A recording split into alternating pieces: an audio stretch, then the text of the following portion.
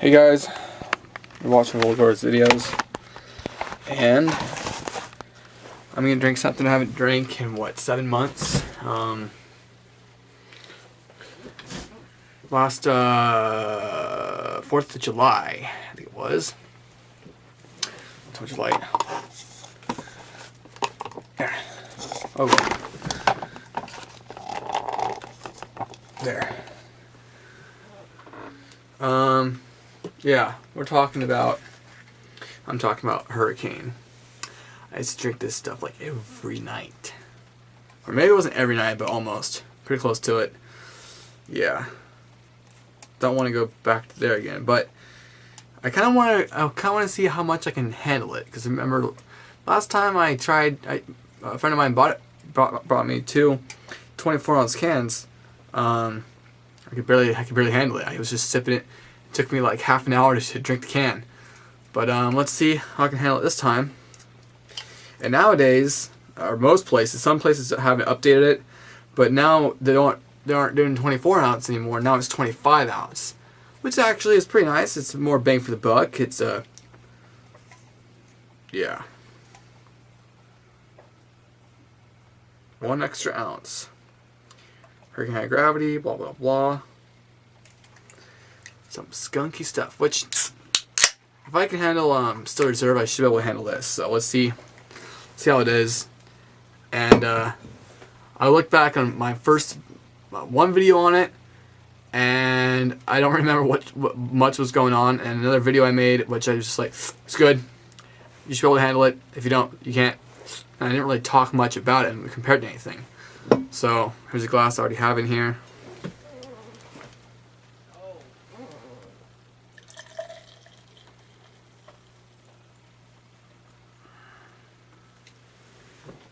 Okay. It's kind of thin and light and bubbly. Almost looks like I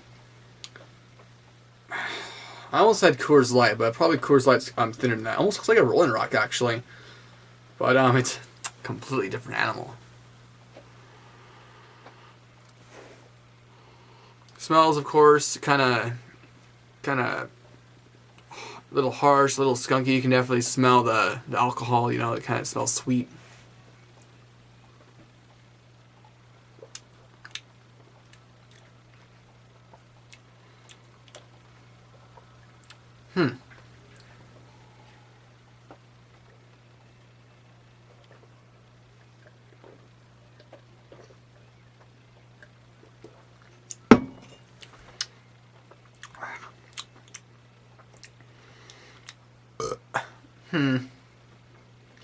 I used to prefer this stuff over Still Reserve,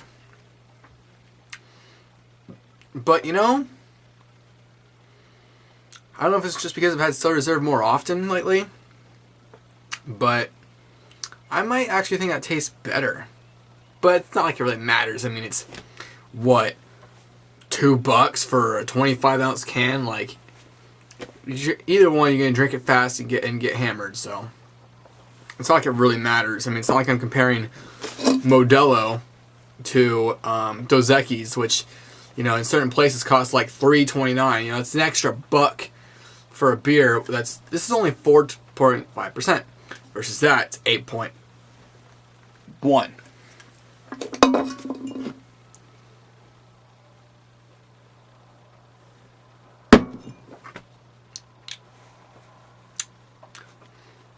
It's definitely not the worst beer. I remember having a Natty Daddy, and that was really harsh.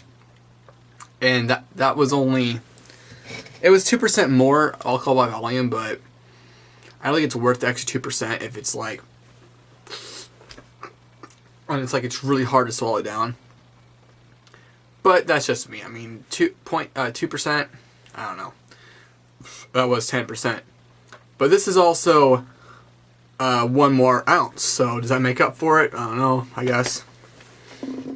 So I poured it down the side. Now I'm going to pour it straight down the middle.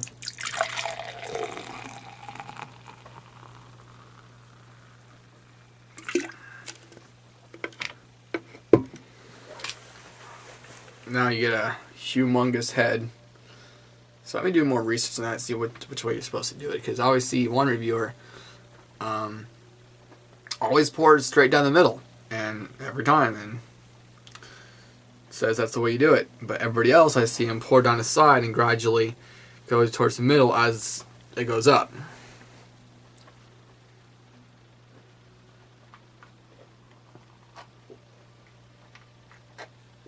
It's kind of fizzy. I don't know if that pouring it has anything to do with the flavor. I don't know. I've heard it does, but I don't know.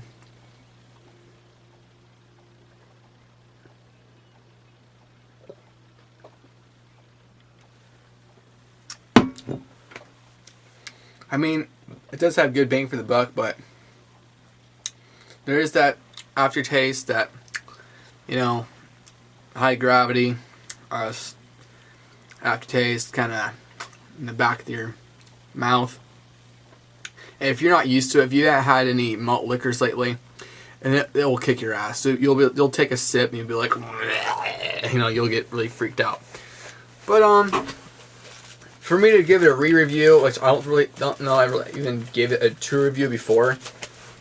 Oh crap! I forgot my new toy.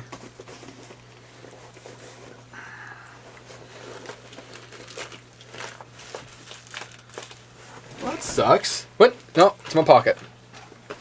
So I think, for what it is, a malt liquor, you know, it's cheap, it gets the job done.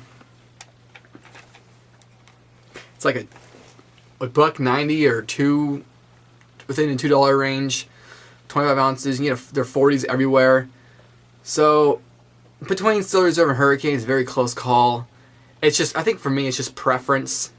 I think Hurricane might be a little bit smoother at first. It's a little bit thinner at first, but then maybe more of a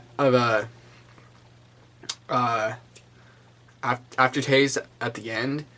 I don't know. I'd have to taste them both. But before I used to, if I tried a Steel Reserve, I would just stick my nose up at it and just turn the other way. I would say, I'll go in that store and I'll buy a Hurricane before I drink a 211. So, yeah, and I got one of these.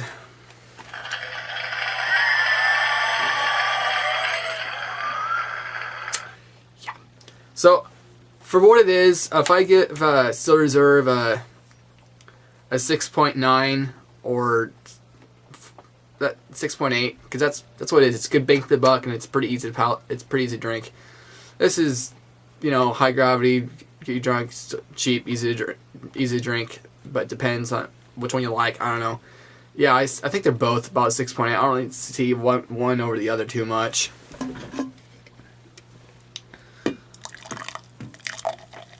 Quite honestly.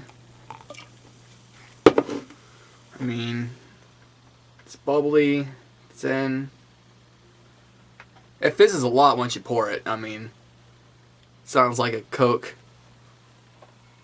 which is crazy. If I had a lime or a chili, I would pop it in there.